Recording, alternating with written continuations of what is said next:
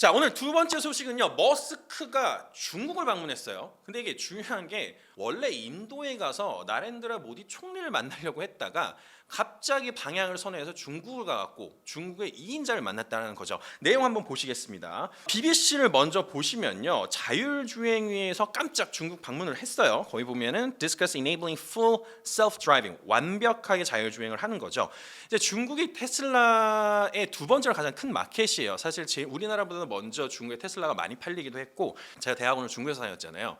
길거리 가보면 테슬라가 꽤 있기도 하고 차 파는 곳들, 그런 곳들에 줄이 엄청나게 길게 서 있었어요. 차 한번 보려고. 그래서 테슬라가 굉장히 인기가 있는데 알자지라도 머스크의 중국 방문 소식을 꽤 자세하게 전달을 했습니다. 여기서도 보시면 Elon Musk meets China's number 2 official in Beijing. 베이징에서 중국의 넘버 2 이제 총리를 만났다 이렇게 이야기를 하고 있죠. 그러면서 머스크는 협력 심화를 강조했고 또 중국 총리도 더 나은 경영 환경을 제공하고 싶다 이렇게 이야기를 했는데 이게 사실은 좀 어떻게 보면 최근에 자꾸 미중 관계에서 삐걱삐걱 거렸잖아요. 그런데 중국 총리가 외자 기업에 더 나은 경영 환경을 제공하겠다라고 한 건 상당히 이례적이긴 합니다.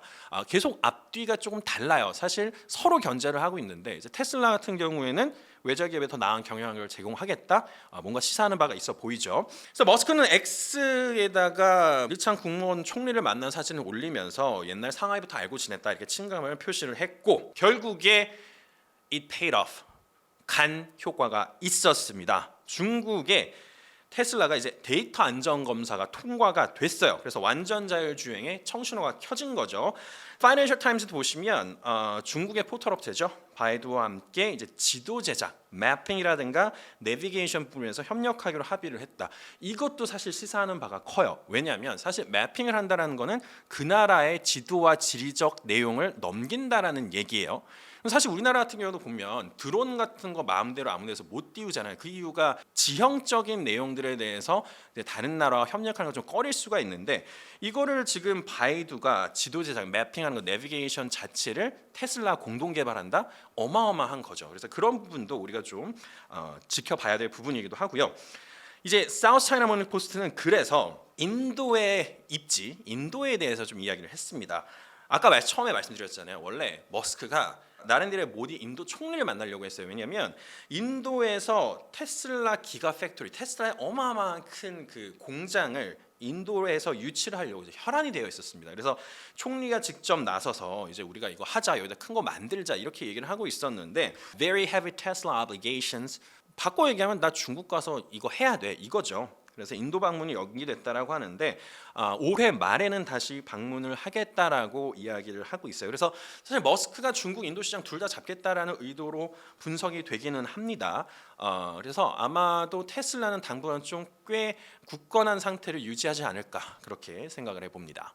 네, 이번엔 베트남 나라가 봅니다. 경랑송에 빠졌죠. 지금 심지어 기사에서 Game of Thrones, 왕좌의 게임이 실제로 일어나고 있다. 네, 그래서 The Diplomat 보시면요. The latest resignation Vietnam's Games of Thrones라고 하고 있습니다. 왕좌의 게임이 실제로 베트남에서 지금 일어나고 있다는 얘기인데 정치 권력을 베트남 일단 4명이 구성을 하고 있어요. 공산당 총비서, 국가주석, 총리 그리고 국회의장 이렇게 4명이 주로 떠받치고 있는 구조라고 생각을 하면 되는데 여기에서 먼저 이제 국가주석이 5주 전에 사임을 했고요. 그리고 국회의장이 부패 혐의로 또 사임을 얼마 전에 했습니다. 근데 이제 기사를 봐도 똑같은 얘기를 하고 있지만 둘 다 부패 혐의이기는 한데 구체적인 혐의를 명시하지 않았다는 거예요. 그러니까 둘 다 국가와 나의 명예에 누가 되는 일을 했다.